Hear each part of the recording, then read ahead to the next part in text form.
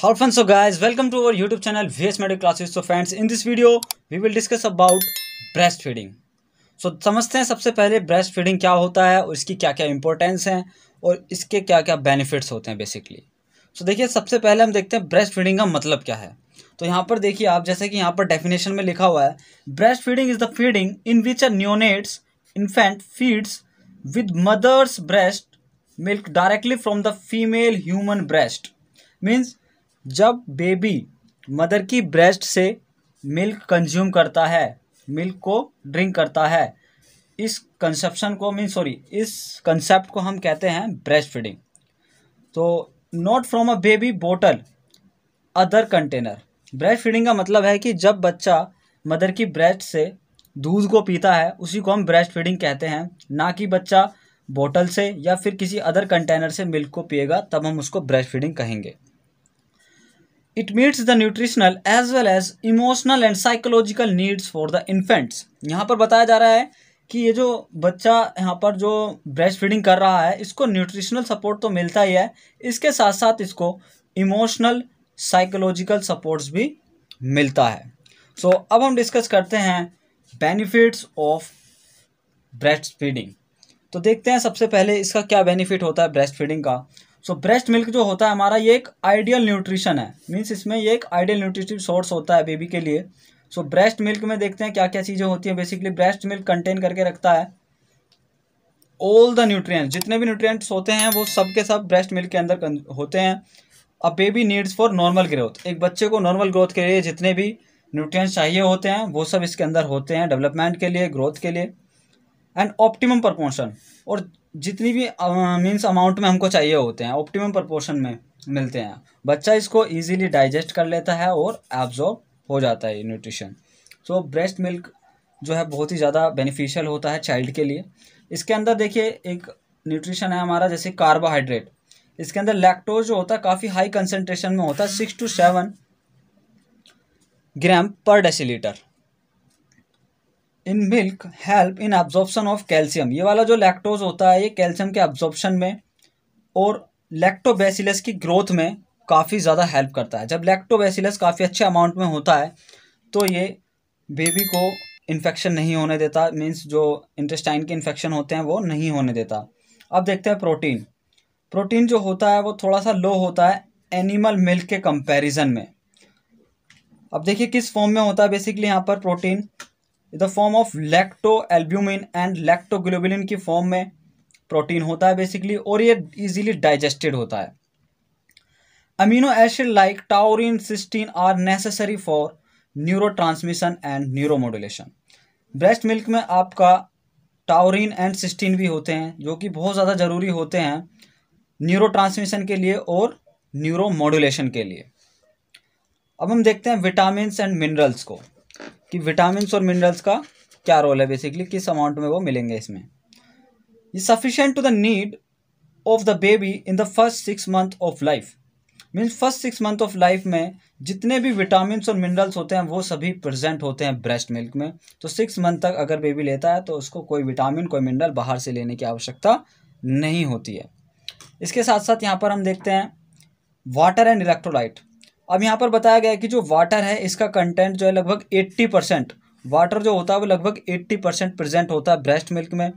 तो बच्चे को बाहर से एडिशनल वाटर लेने की ज़रूरत नहीं होती। अब हम बात करते हैं फ़ैट की।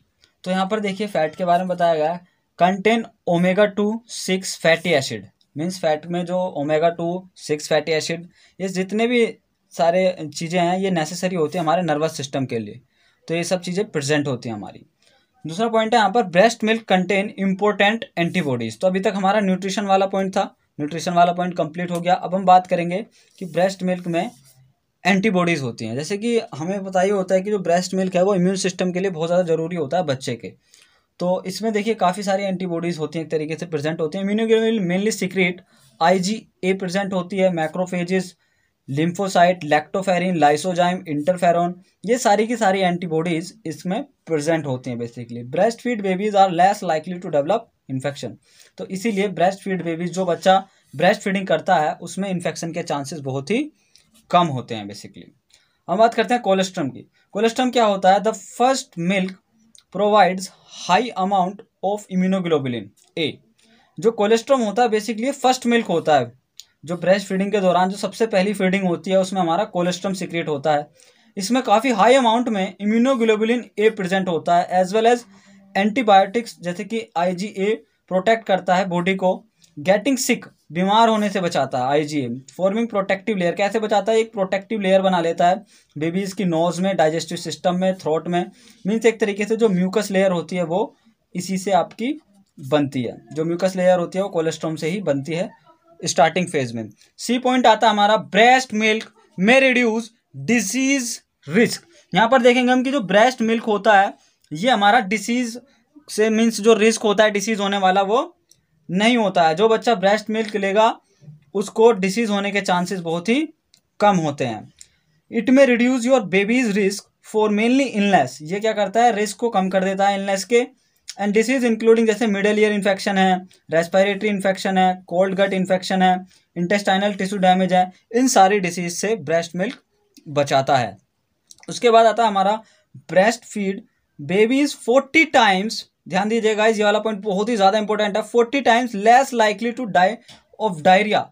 मीन्स जो बच्चा ब्रेस्ट फीडिंग करेगा उसके 14 गुना बचने के चांसेस हैं डायरिया के केस में। मीन्स उसको 14 गुना मौतें कम होती हैं। जो बच्चा ब्रेस्ट फीडिंग नहीं करता है वो इतना ज़्यादा डेथ में जाएगा। 4 times less likely to respiratory infection. और जो बच्चा ब्रेस्ट फीडिंग करता है उसको 4 गुना कम रेस्पिरेटरी इन्फेक्शन होने के चांसेस होते हैं बेसिकली। अब हम बात करते हैं मेंटल ग्रोथ की। तो मेंटल ग्रोथ में देखिए basically babies who are breast feed are better bonded to their mother. जो बच्चा जो बच्चा ब्रेस्ट फीडिंग करता है वो काफ़ी अच्छे से अपनी मदर से जुड़ा हुआ होता है, तो उसको एक इमोशनल टच मिलता है। तो उससे क्या होता है, उसकी मेंटल जो ग्रोथ है वो भी काफ़ी अच्छी होती है। जो बच्चा ब्रेस्ट फीडिंग करता है उसका IQ लेवल भी काफ़ी अच्छा होता है एज़ कम्पेयर टू जो ब्रेस्ट फीडिंग नहीं कर रहा है। Breast milk promote babies healthy weight. ये एक और इसका बेनिफिट होता है कि जो बच्चा ब्रेस्ट फीडिंग करता है उसका एक हेल्दी वेट होता है, और ऐसे बच्चों को ओबेसिटी होने के चांसेस कम रहते हैं। जो बच्चे ब्रेस्ट फीडिंग करते हैं ऐसे बच्चों को ओबेसिटी होने के चांसेस कम रहते हैं बेसिकली। कुछ अदर बेनिफिट्स हैं जैसे कि ब्रेस्ट फीडिंग में क्या होता है, काफ़ी सारे ग्रोथ फैक्टर होते हैं, एंजाइम होते हैं, हार्मोन्स होते हैं। तो ये सारी चीज़ें ब्रेस्ट फीडिंग के मीन्स ब्रेस्ट मिल्क में होती हैं बेसिकली। लाइपेज जो होता है ये इंक्रीज कर देता है डाइजेशन ऑफ फैट को मिल्क में। मीन्स जो एक लाइपेज भी प्रेजेंट होता है हमारा, तो ये क्या करता है कि फैट के डाइजेशन को बढ़ा देता है। एक एपिडर्मल ग्रोथ के लिए भी, epidermal growth factor in the breast milk enhance the maturation of intestinal cell. एक एपिडर्मल ग्रोथ फैक्टर होता है ब्रेस्ट मिल्क के अंदर जो क्या कर देता है, एनहेंस कर देता है मैच्यूरेशन ऑफ इंटेस्टाइनल सेल। जो इंटेस्टाइनल सेल्स होती है उनके मैच्यूरेशन को बढ़ा देता है। Reduce the risk of allergy in later life. तो आने वाले समय में जो एलर्जी होने के चांसेस हैं वो कम हो जाते हैं। सो इस तरीके से हमारा कंप्लीट होता है breast feeding. I hope you like this video. अगर वीडियो अच्छा लगता है तो आप कमेंट में हमें बता सकते हैं और वीडियो को शेयर भी कर सकते हैं। Thank you so much for watching this video. Thanks a lot.